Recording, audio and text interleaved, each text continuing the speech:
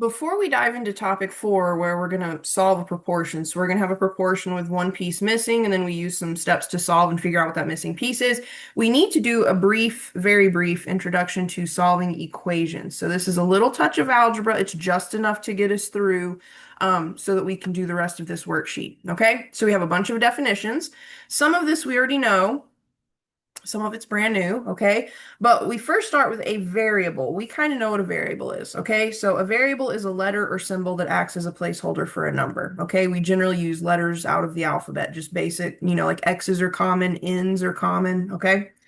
A constant is a number that stands alone. So it's basically just not multiplied by a variable, okay? Now, a term in algebra is a variable by itself, a constant by itself, or it could be the product of a variable and a constant. A little bit about terms. Terms can be positive or negative, okay? And terms are always separated by addition and subtraction or an equal sign, okay? Now, a coefficient is basically if you do have a term that contains a variable, the coefficient is the number factor, okay? So it's the number part of a variable term.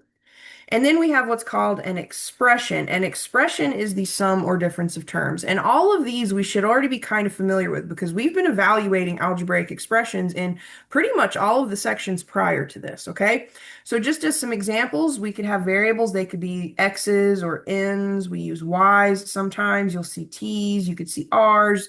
Really just letters of the alphabet, okay? A constant would be a number that stands alone. So if I had something like X plus 2, the constant would be the 2, okay? It's the number that's by itself. It doesn't have a variable multiplied to it, okay, or multiplied by it.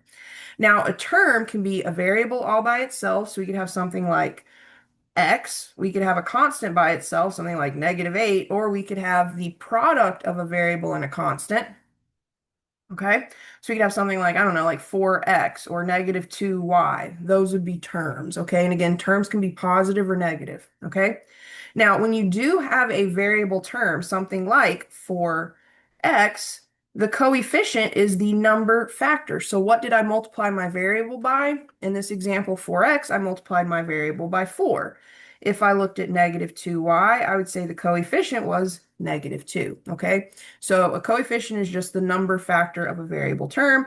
And then finally, if we put all of this stuff together with addition and subtraction, we have expressions. So I could have something like 4x minus 8. That would be an expression, okay? Now that leads us to what could potentially be a slightly new definition. Okay, we have that of an equation. So oftentimes we know what an equation is. We've been in math before. This isn't our first rodeo necessarily.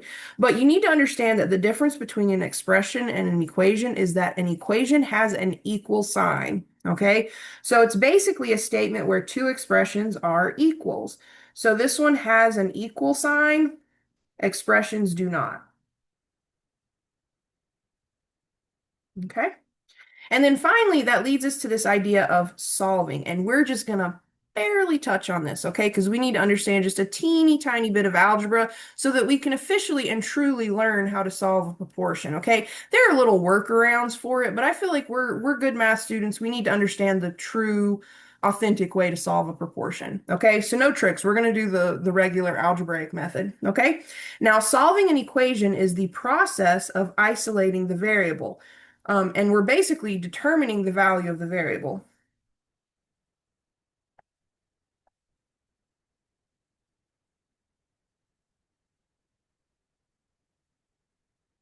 Okay, so down here I have our goal listed with solving.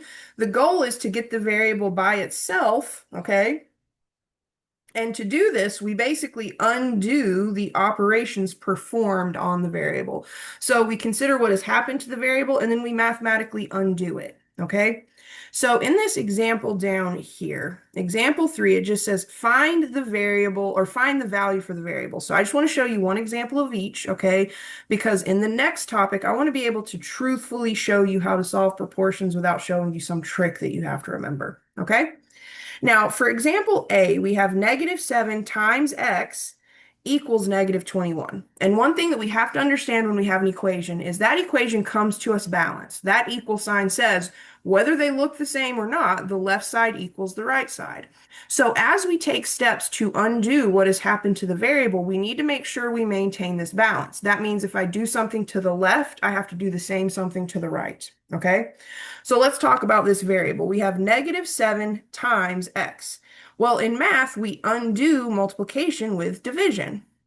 So basically what I want to do is I want to divide by -7. I want to divide by the numerical coefficient. But if I do it to the left, I have to do it to the right.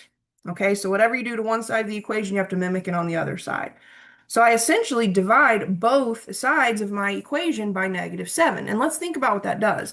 Looking at just the left-hand side, we have -7 times x divided by -7.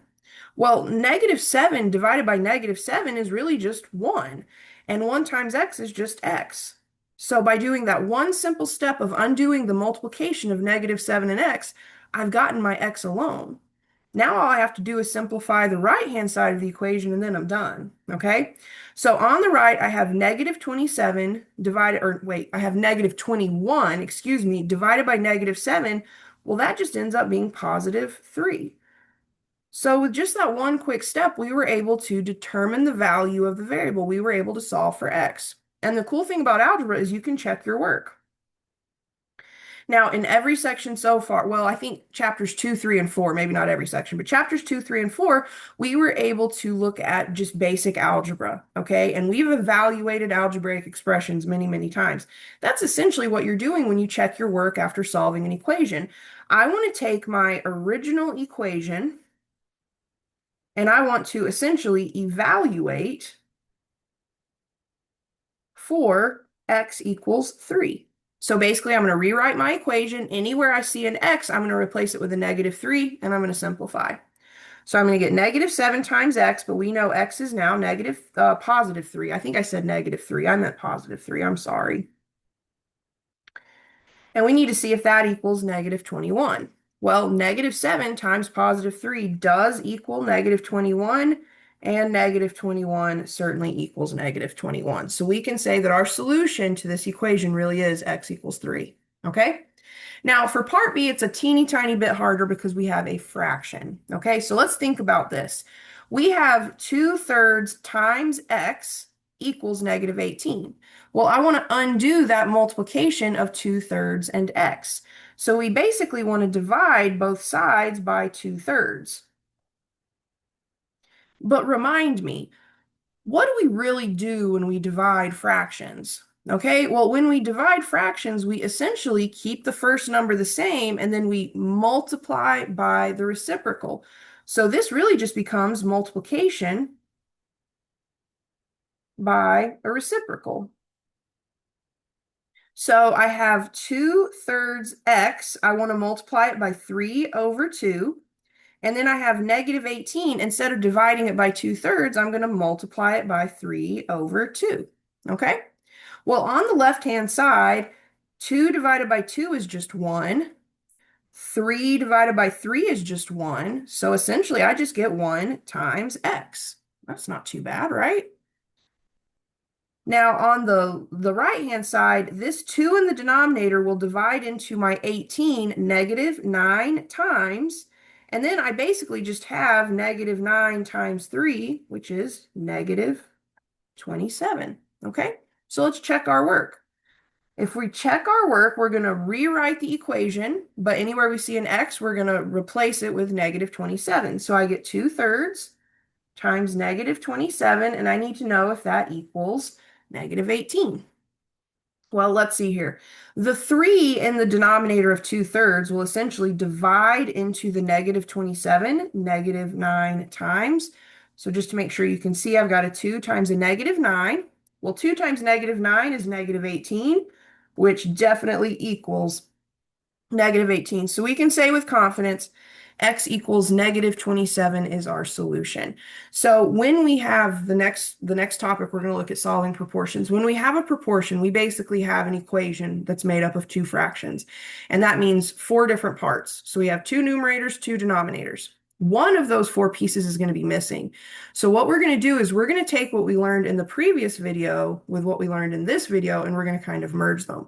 So we're going to cross multiply. That's going to give us an equation like what you see here in example 3 that we can then solve. Okay, so you've learned two kind of new things. We just need to push them together for this last topic, and we'll be good to go. Okay, so in the next video, we will finally look at finding the unknown value in a proportion. Okay.